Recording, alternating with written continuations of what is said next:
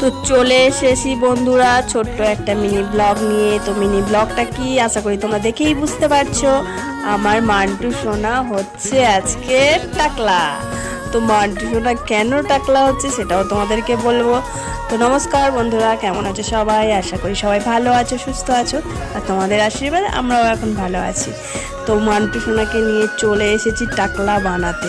কারণ কেউ কোনোদিনও শুনেছো টাকলা হওয়ার জন্যে কাঁদে? সবাই তো জানি টাকলা না হওয়ার জন্য কাঁদে, আর আমার মাম্মাম সোনা তো টাকলা হওয়ার জন্যই কান্নাকাটি শুরু করে দিয়েছে। ও টাকলা হবেই হবে।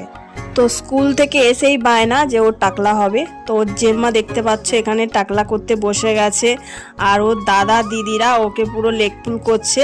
তাতেও কিছু বলছে না, কারণ ও তো টাকলা হবেই হবে।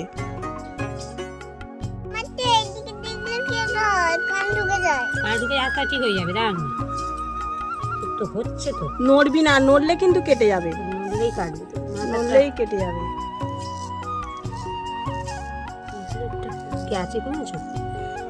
জানি না, আমাদের নাড়ু বাবা আমি বেশি ধারালা বিলেট আনিনি, এবারে কেটে গেছে।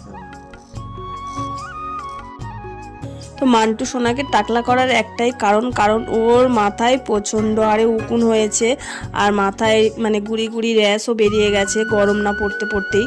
তো তার জন্যই ওকে টাকলা করা।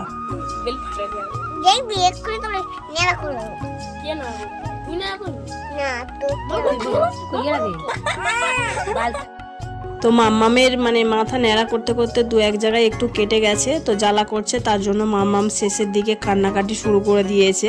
তো অনেক ভুলিয়ে ভালিয়ে ওকে ন্যাড়াটা কমপ্লিট করা হলো। তো তোমরা সবাই একটু কমেন্ট করে জানাও যে আমার মান্টু সোনাকে টাকলা হয়ে কেমন লাগছে।